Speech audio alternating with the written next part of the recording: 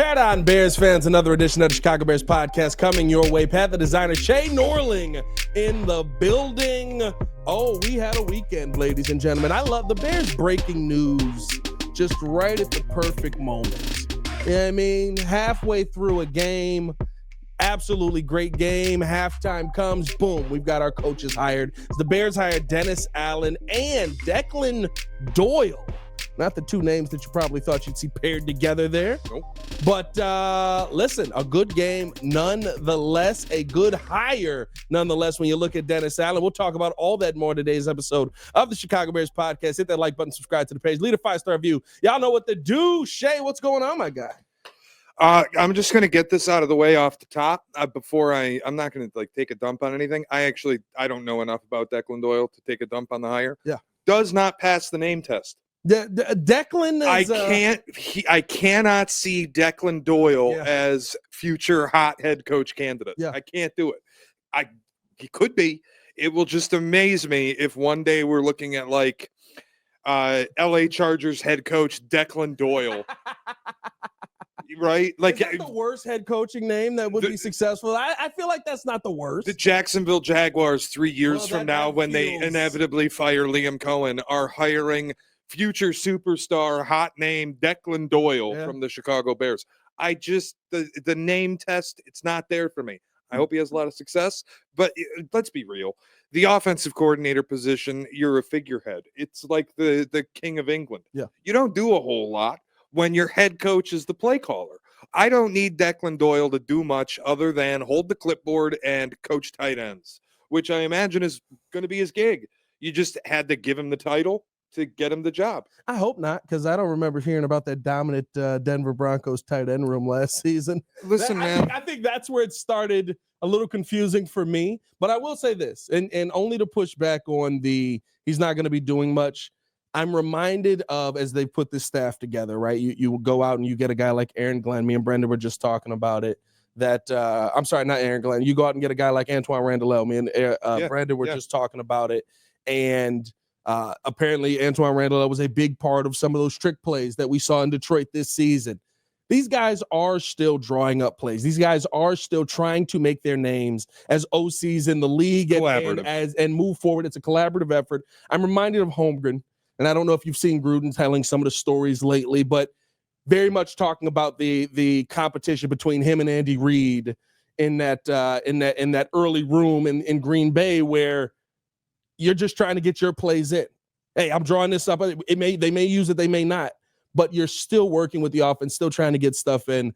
I'll be intrigued to see what the Dalton Doyle name is in 2 years, because he's not calling plays, nobody's looking at him.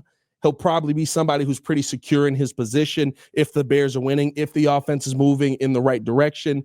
I'll be very intrigued to see what he brings from the play call standpoint, and if he does get some of that credit, because Ben Johnson, coming from a similar path as a Dalton Doyle, getting an opportunity to start it off early. Well, yeah, and the age thing, I mean, he's only 28 years old, so you go out, you find a younger, more modern thinker, you're going to get ideas. They will collaboratively put the playbook together. Yeah.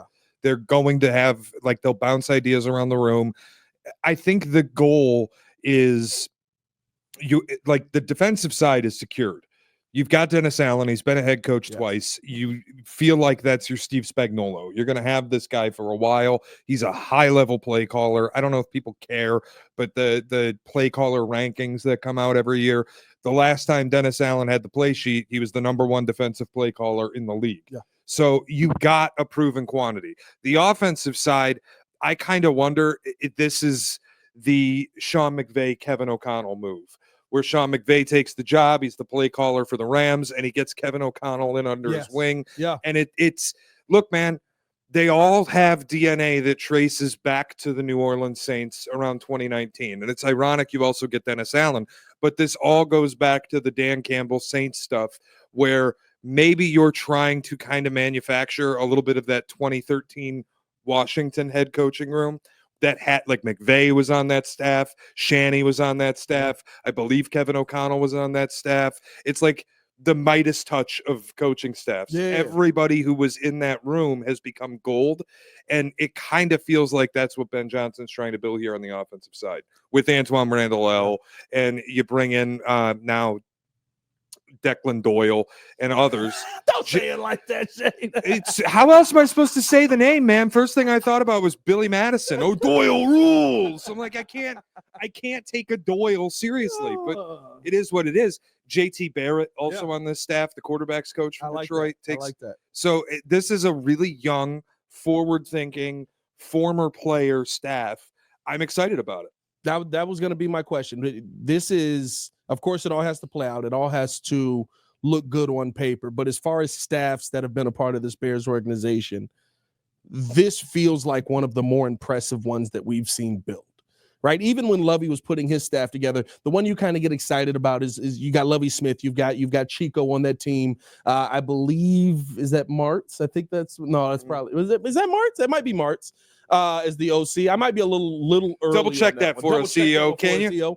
But you look at some of the staffs that the Bears have had, and I mean, just look at the previous staff. Number one, you've already outpaid the entire previous staff. Of course. Number two, though, it feels like you're going out and you're getting proven names that have skins on the wall. I look at Antoine Randall and I say, okay, I've seen what you've done with the wide receiver room over in Detroit. That excites me. You come in as the assistant head coach here, and now you get that leadership role. I like that. I look on the other side.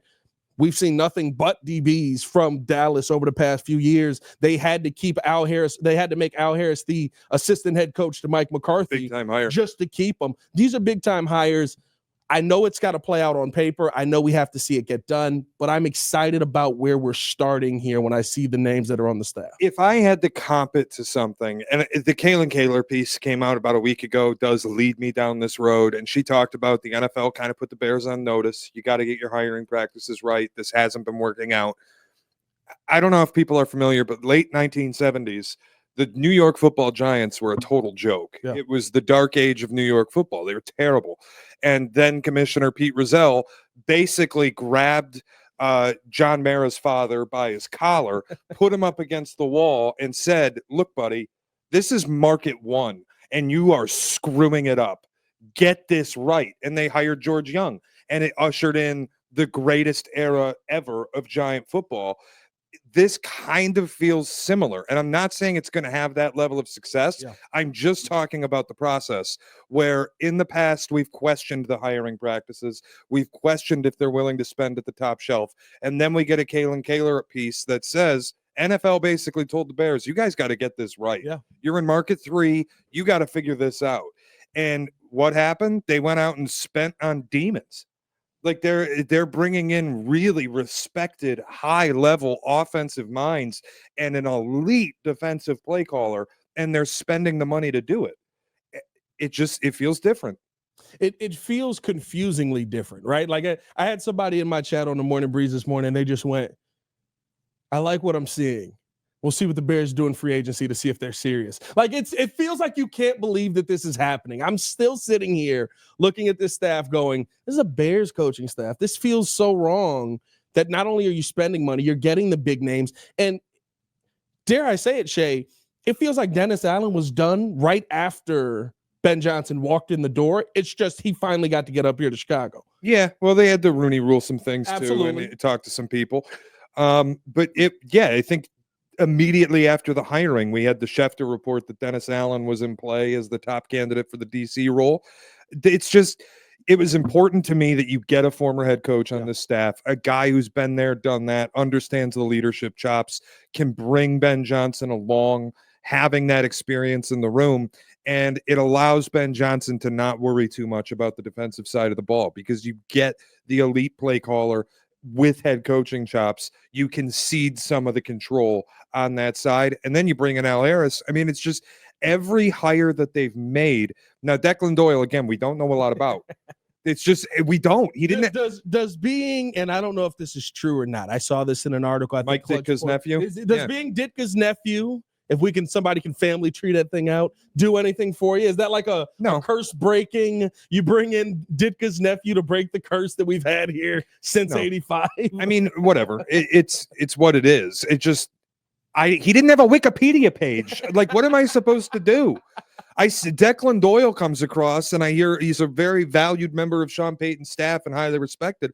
And I look him up, and I'm like, I just want to see where he's been. And I got to go to his New Orleans Saints page from 4 years ago to figure out what was going on. That's how you trace the DNA back to New Orleans.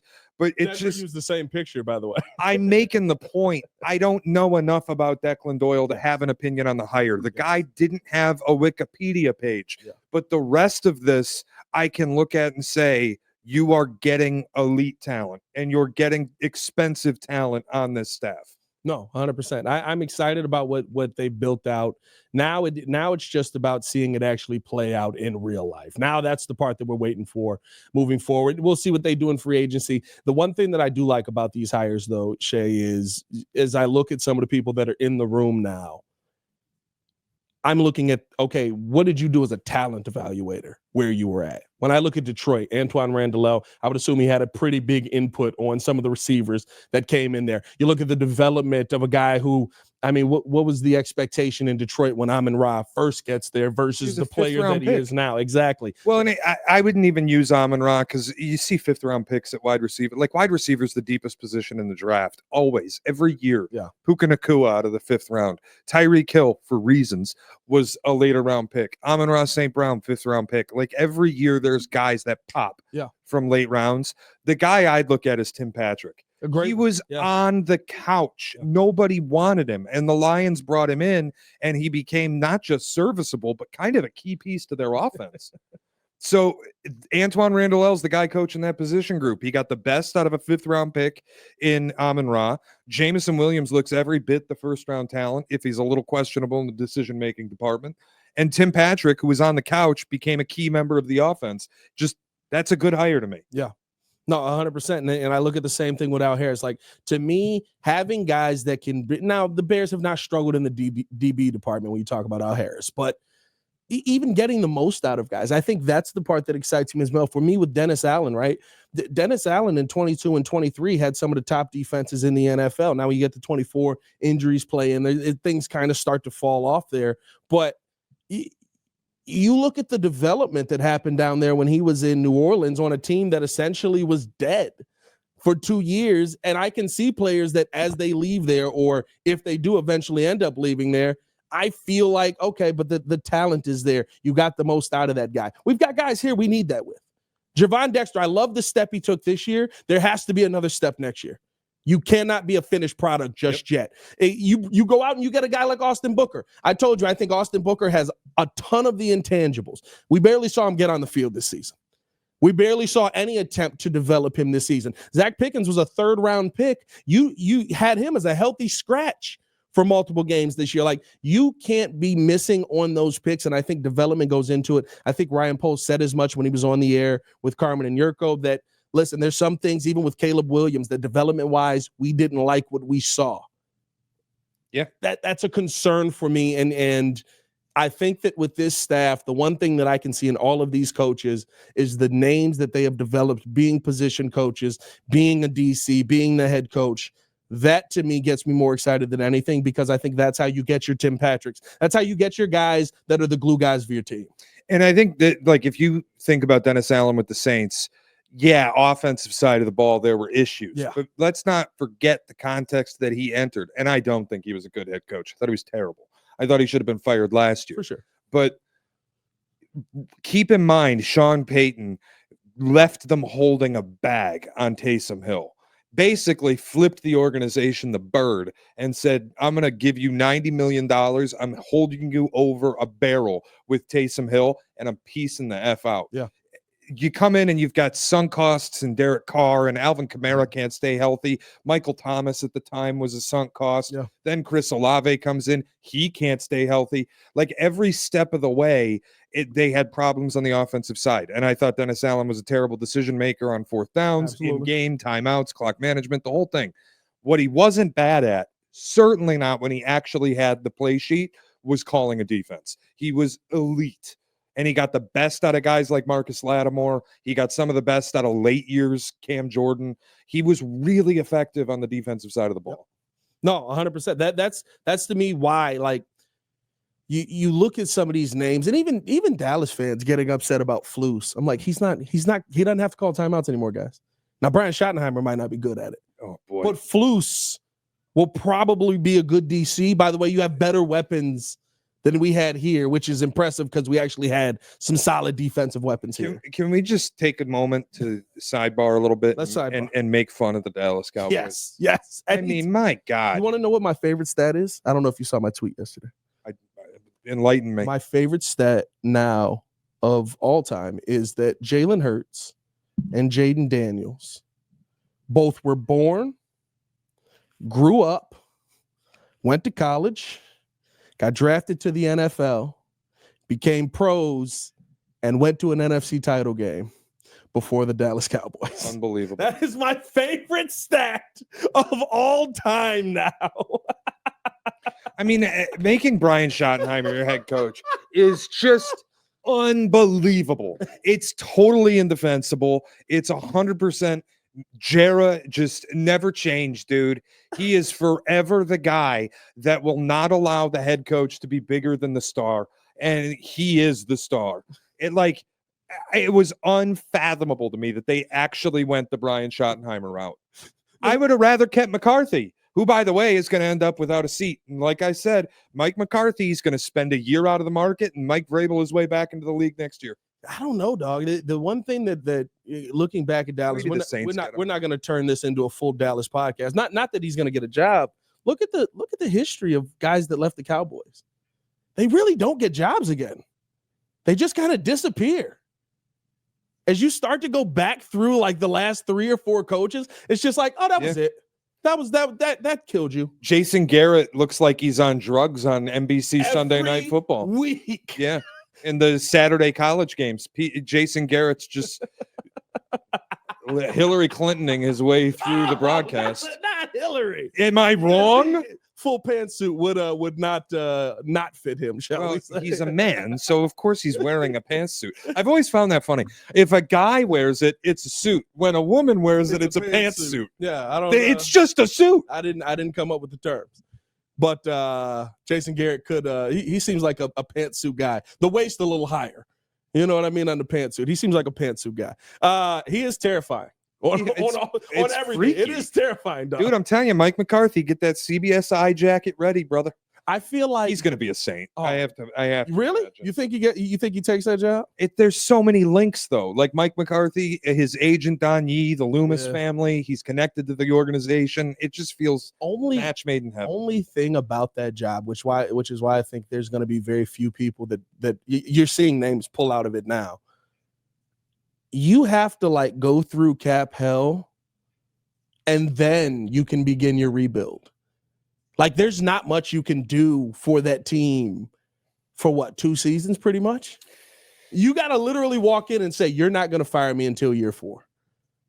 Or there's nothing you really can do down there. I thought the Chargers were going to have to go through cap hell too. I mean, this is true. Savvy coaches and savvy front offices can find their way around a lot, but you're right. The Saints, Derek Carr saying he won't take a pay cut to stick around. Alvin Kamara's got a ton of money sunk into him. Chris Olave, who knows how productive he's going to be? He's been concussed 1 billion times. Yeah. It feels brutal. That's a dangerous job, man. But it's so nice to not be in that conversation once as Bears fans. I think that they have gotten the staff right. I am still waiting, and this may be the only city in the world where this is the big name hire. I'm still waiting for the O-line coach. Because I think that is the spot where over the last 4 years, Chris Morgan turned into Don Cooper, just survived everything where you're just like, why is he still here? It hasn't gotten better. We're putting him in charge of the running game. Running game immediately tanks. Yeah. Like you went from a team and everybody's just like, well, it's just because Justin Fields. I was like, no, our running backs could run too last season. I don't know if you saw this. Khalil Herbert was serviceable and Roshan Johnson was solid. Both running backs terrible this year. O-line hire is going to be the next big hire that we're waiting to see. I think the key is that when you get the reporting and you hear like the rumor mongering, people around the league are shocked by what the Bears are doing because it's so anti-Bears. And it does feel different. It does feel serious. And I think people are impressed by it. And that's man, it feels good to be talking about this team in that light instead of the light we've spent the last half decade talking about them, where they find ways to trip over their own penis. Instead, they're now the big boys. Yeah. They're now walking in the club, and it enters the room before they do. It's a good feeling to have. Now, again, it all has to play out on the field. We got to see the results, but the process feels good. I don't know if you saw this. This tweet came out a little bit this morning. Bill Zimmerman putting a clip up from Second City Gridiron podcast, and he had Ben Johnson's agent Rick Smith on. And I saw this. Yeah. Basically, the Raiders stuff with, first off, Double Birdie and Rappaport, everybody coming out swinging. The Raiders stuff was not true. He never wanted to go to the Raiders. There never was this hot button thing. He said Tom Brady makes a heck of an argument, and it's Tom Brady, but Ben never considered him. It was Bears all the way when he listed things out. Like I don't even know if we've heard that from a coach. Now, you don't always get that inside look, but if you're like the hot name candidate and you go, I'm going to be picky. Oh, by the way, picky is the Chicago Bears. That's new. That's different. That's something we haven't experienced. Albert Breer told Cap and Hood a couple months ago that last year Ben Johnson wanted to be with the Bears, and they kept Eberflus, so he didn't take any job. And he's got the family link to Chicago. Yeah. Apparently he's a big Cubs fan. Yeah. This is where he wanted to be. So that's a part of it geographically. This worked out. Familiarity in the division. It is unusual to have this level of, I want to be a Chicago Bear. Yeah. And for the Bears to meet the ask. And from everyone. Like that's the part. And that's the part too. For the Bears to meet the ask. Well, that's what Rick Smith said. Yeah. And look, the reality is, if you're an agent of a head coach and your commission check just hit the back of your mailbox, you are going to spit shine at anything. Yeah. But he didn't have to come out and go, this is the new Bears. Everything's different. The organization's improved. The process is improved. And it's all credit to Kevin Warren. Again, commission check hits the back of the mailbox, and he probably just bought himself a new Porsche. I don't know how earnest and forthright his commentary is right now, but it's something we haven't heard before. Yeah, listen, all we can do is take them at their word until it looks like, somebody lied. That's usually how this NFL thing goes. You mean like accountability all last season? Oh boy, that was my favorite word there, Shea. We said accountability 15 times on the radio. Next week we hear flus. Listen, I understand we got to be accountable to our own actions. Oh, do you? The irony of lying about holding people accountable is, are you going to hold yourself accountable for lying about holding people accountable? Has anyone held Flus accountable for saying, I told him the score, I told him we got each other? Yeah. Is that the worst statement by a Chicago head coach? He was held accountable by losing his job. Yeah, facts, very facts. Y'all let us know in the comments below. Worst statement you've ever heard a Chicago head coach say. I'm talking all sports. That might top it for me. What'd you tell your team at halftime to get them going? I told them the score, and I told them we had each other after giving up a huge run versus the Cardinals. I don't know. I'm a big fan of Tony La Russa. Tony! The game's going, Tony. All right, go ahead. Do your read. Oh, hey, guys, I'm excited to let you guys know all about our new partner of ours at Mitch Lyons Wealth. Mitch Lyons is a former NFL player, and he's the expert in protecting your nest egg and optimizing your income. Go to Mitch Lyons, Lyons, wealth.com. MitchLyonsWealth.com. Your best game plan to protect, grow, and win retirement. Saw some interesting ones yesterday, Shea. I want to talk about a little bit of championship weekend with you because I feel like fans want movies to be real. I feel like everyone watches Rocky and doesn't realize that Rocky's a good movie because Rocky doesn't happen. Everyone watches The Miracle on Ice and don't realize they call it The Miracle on Ice because it was a miracle that the United States won. Everyone in the country, outside of maybe a few select Chiefs fans and a few select fans outside of that, was sitting there screaming for Buffalo to win the game because they want Josh Allen and the Bills to climb this movie mountain of Pat Mahomes being in front of them and finally slay the beast. And I have to let people know after yesterday, once again, this ain't a movie, dog. In real world scenarios play out. The best teams win. I went into that game 200% knowing the Bills would do exactly what they did yesterday. And the Chiefs are going for their three-peat. And I don't want to hear anybody sitting there saying the refs are in their pocket. They're fighting. They're looking for the storyline. The bigger storyline is probably Buffalo with a chance to win a Super Bowl. I don't think this is a storyline-based thing. Yeah, I mean, I'm not even going to get into it. I mean, I know people are mad about the Josh Allen spot, which, to be clear, was absurd. He clearly gained the first down. But for me, you just got to win that definitively. You got to gain the full yard and leave no doubt, and don't put the officials in a position to make a bad call. I thought Joe Brady was nuts going away from James Cook, who was getting 9 yards a touch. If you want to stick with the movie metaphor, though, we are stuck in The Empire Strikes Back.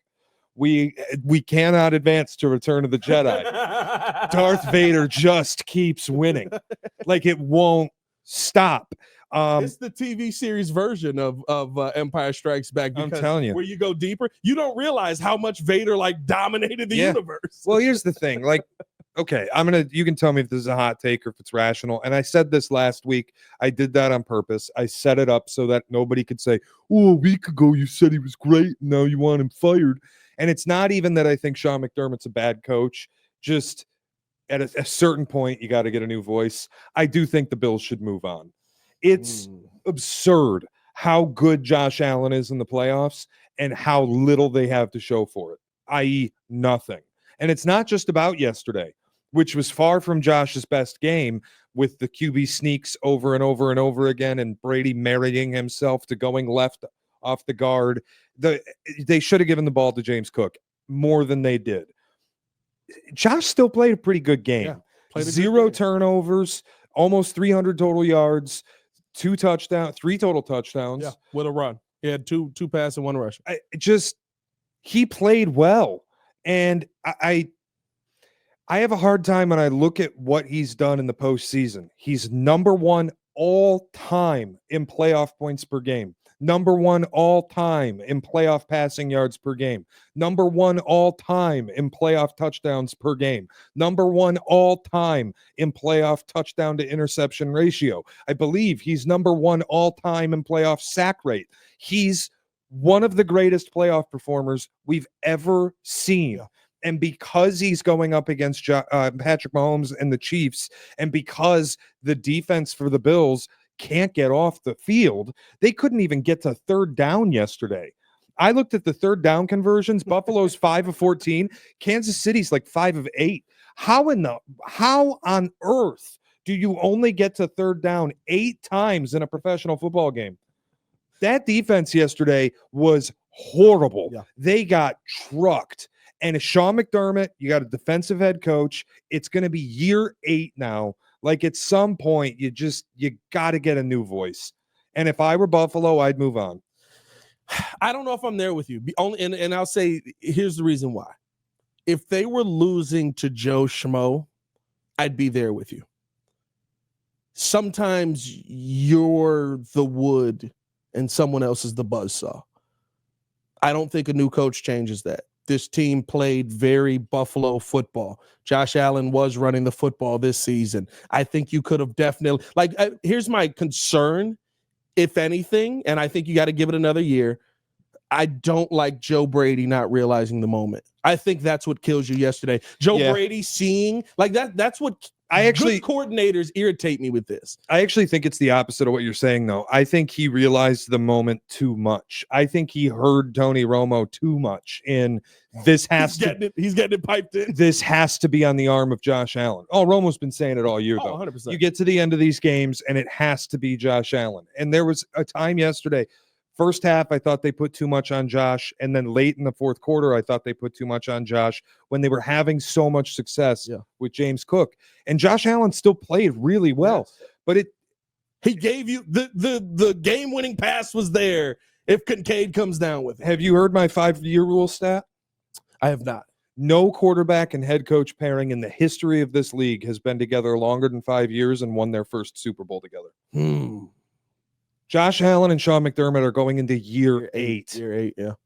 oh, I'm sure one of these years it'll get done. No, the reality is it's not going to get done. It's not going to happen. And you can't fire the quarterback who was one of the all-time great playoff performers. Yeah. See, for me, I got to get a new voice in the locker room. You think he's the Doug Collins of this situation? He got you to a point, but he'll never get you over the hump. Who was Peyton Manning's coach? Oh, when they fired before him to get Tony Dungy. Oh God, why can't I think of his name? I can't either. I'm blanking, and it's a very obvious. And name. Eric's gone. Was it Jim Mora? Jim Mora. Playoffs. Yeah, that's exactly what I was thinking. I couldn't get the name. I just kept going playoffs. But they had to move on, and they had to get a new voice. And even Peyton and Tony Dungy, it took them 5 seasons to get it done. Yeah. But there's a reality in this sport. Things grow stale. And going into year 8 with the quarterback clearly not being the problem, you got to move on from somebody. But I think here's my only pushback, and I'm not saying that you're wrong in this, but I would push back on, does a different voice change the fact that in every single playoff series you can count on Pat Mahomes being Pat Mahomes? No, like that's the only thing for me where it's like, this feels like Jordan and the Knicks, but this feels like heck, it feels like Buffalo versus Dallas in the 90s. Here's the difference for me, because I watched Mahomes and the Chiefs get held to 17 points at M&T Bank Stadium last year. Yes. If the Bills ever at any point in this playoff run hold Patrick Mahomes and the Chiefs to 17 points, they win that game, period. Yeah. Point blank, end of story. They've had the offensive success. They haven't gotten the defensive stops. That game to me was, I mean, part of it was Todd Monken only giving the running backs 4 carries. 100%. Another part of it was Lamar didn't play well again. And when you hold the Chiefs to 17 points, I got to blame your offense when you lose that game. Yeah. But if you score 29 points on the road and you're close to 400 yards total offense, and again, it's a McDermott defense allowing an opposition to go north of 400, which happened 5 times this year, and they lost 4 of those games. How about Rams-Bills earlier in the year? Josh Allen did something no quarterback in history had done. 3 rushing touchdowns, 3 passing touchdowns, 42 points on the Rams' skull. Yeah. What was the result of that game? Loss. Get McDermott out of there. Loss. You know what? I'll say this. You make a very compelling argument. As we've gone through this, I'm kind of like, okay, yeah, it might be time to move on. The only one that they won where they gave up a ton of yardage was the Lyons game, and they had to score like 50 points to do it. Yeah. Against a defense that couldn't stop dead people at the end of the season. The only fear I would say is who's the voice that comes in and gets you over the hump. I think, well, you're late. That's where you get. You're late in the cycle, but I think you actually have a good opportunity here, because one of the hot head coaching names is your current offensive coordinator. Bump him on up, get yourself a DC, and let's rock. But you got to change the messaging. Yeah. It's so interesting, too, because it's just you don't think about. I think here's the thing, and maybe this is to your point. We make this Lamar Jackson versus Pat Mahomes. We make this Josh Allen versus Lamar Jackson, Josh Allen versus Pat Mahomes.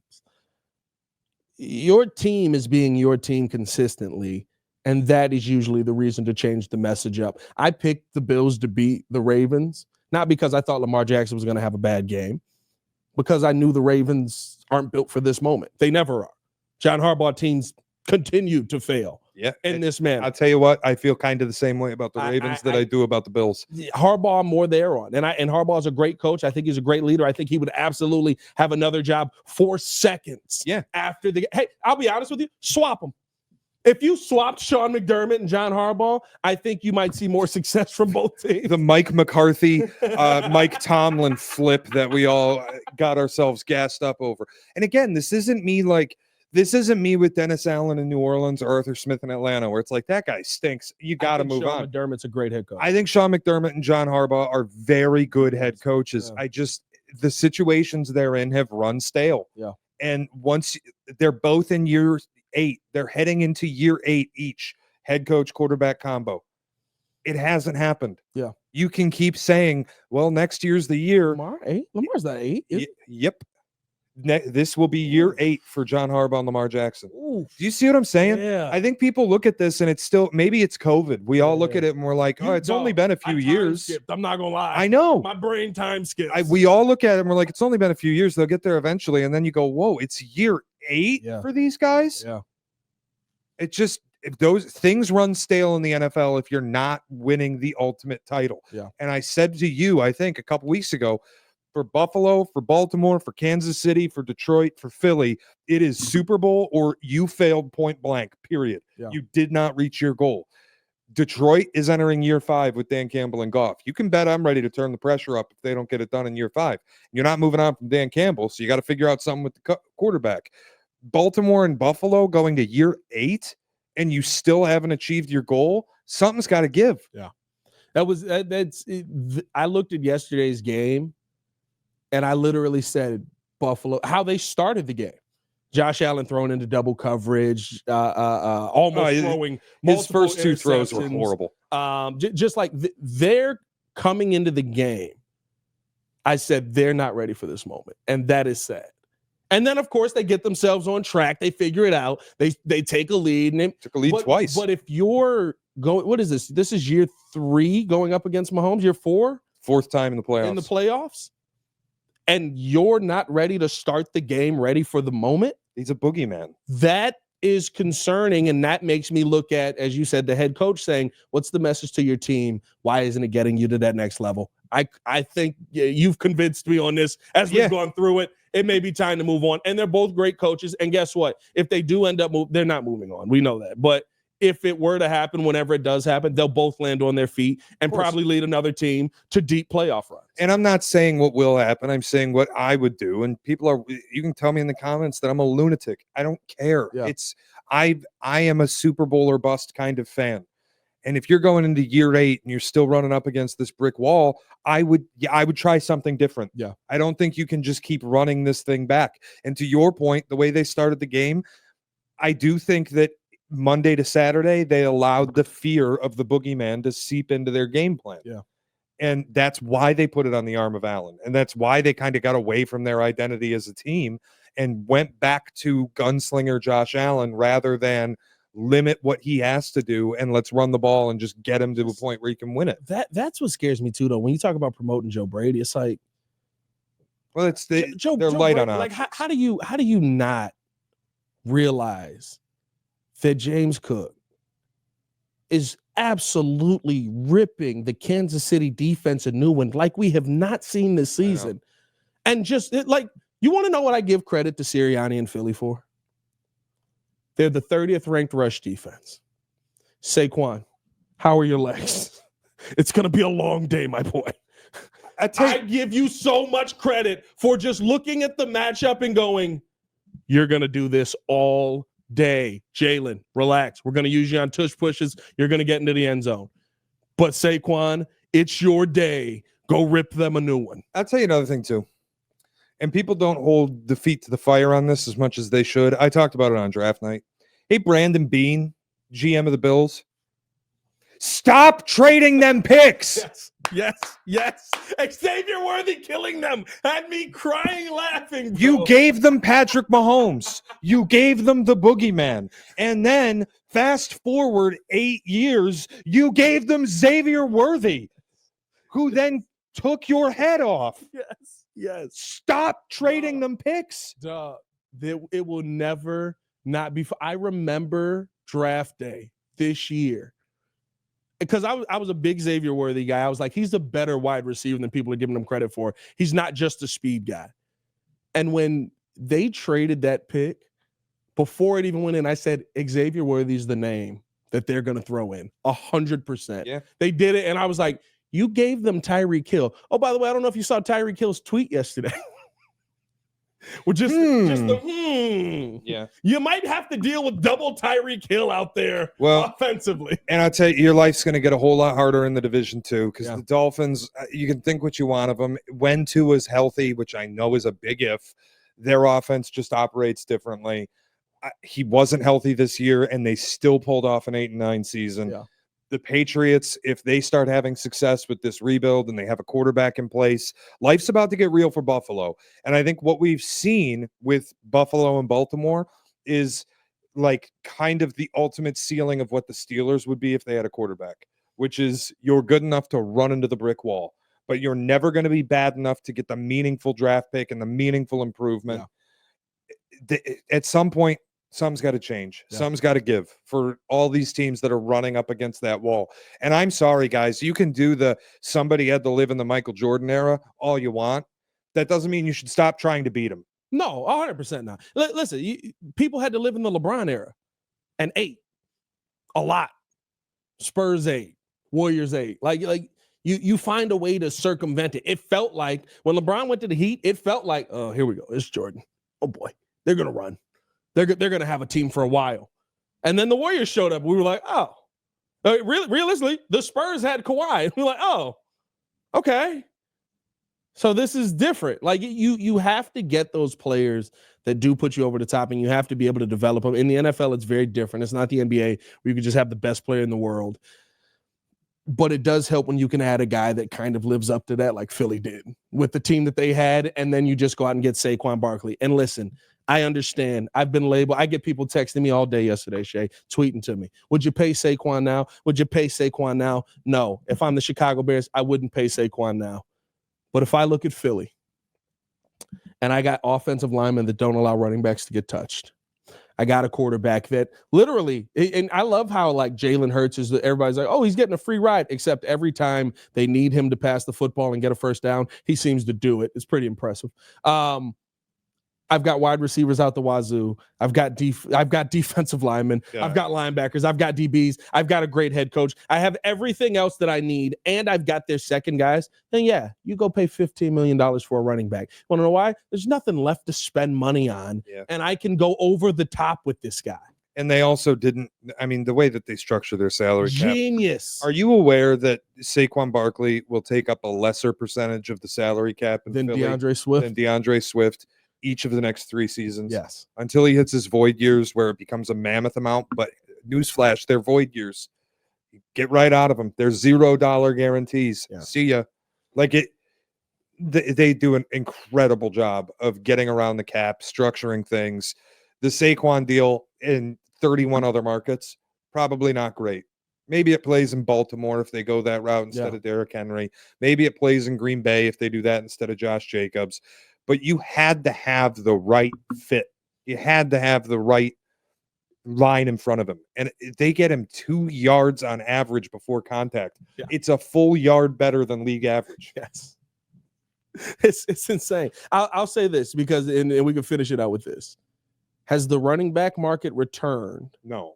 Or is the offensive line market higher than it's ever been? Because for the Chicago Bears, to make this a Bears point, when I watched yesterday, I said, ooh, Trey Smith might be $25 million a year.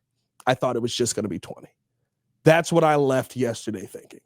You may have to give a guard $120 million over 5 or $125 million over 5 because you haven't addressed the offensive line. I think offensive line money is about to be ridiculous moving forward. I've been saying it all playoffs. When you got to the final 4 teams, Buffalo's got a buzzsaw offensive line. Kansas City, with the exception of the 2 tackles, buzzsaw offensive line. Their interior is so good. Yeah. And I think we're going to start seeing, too, with the way that this league has taken to 2 deep safeties and started to limit explosive passing plays. Like this league has done an incredible job of taking explosive plays away from you through the air. I do think the interior of the offensive line is more valuable than it's ever been. Tackles in the era of Cover 3 and Pete Carroll's Legion of Boom, and you had to exploit island corners, tackles were big because you had the stymie pass rush. Yeah. But everybody knows the quickest path to a quarterback is from the closest position on the football. Straight line. If your interior is good, you're going to have success. You're going to be able to run the ball. You're going to be able to run the underneath stuff. You can keep the protections. Interior of the O-line is more valuable than it's ever been.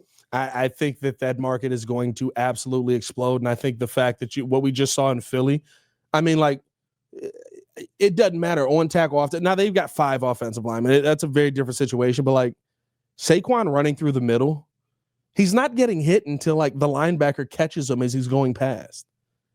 That's so, and I get it. He's Saquon. I understand that. But I saw Saquon the last year in New York. He wasn't him. He was 4.5 yards per carry. He was getting hit at the line. I don't even know if he was that. Like he was looking like every other running back. And now all of a sudden, because of Derrick Henry behind an amazing offensive line, because of Josh Jacobs behind a really solid offensive line, because of Saquon Barkley behind arguably the best offensive line in football. Oh, not arguably. They are the best offensive line. I was at Detroit. No, not even. You got them behind Detroit. No. If you look at some of the outlying stuff with the Lions, that unit actually underperformed this year. The Eagle, you get 2 yards before contact. You're a full yard better than league average. You've got the best offensive line by a country fucking mile. Yeah.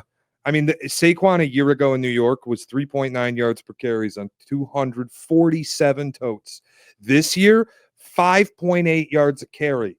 That's the difference between running left tackle off of Evan Neal and running left tackle off of Jordan Mailata.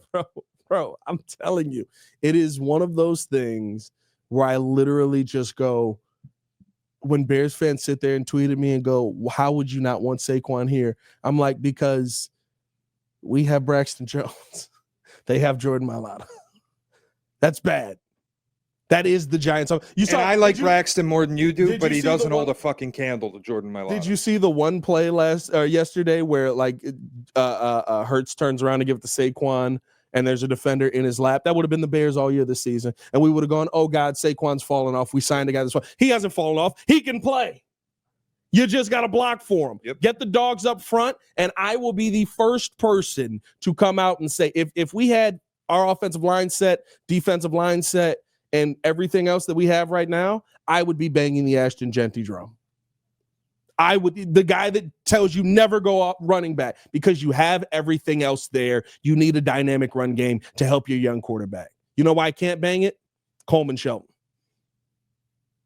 Appreciate you guys tuning in and showing love. Hit that like button. Subscribe to the page. Leave a 5-star review. Y'all know what to do. For Shea Norling, dominating out here on all fronts. Y'all going crazy on social media, dog.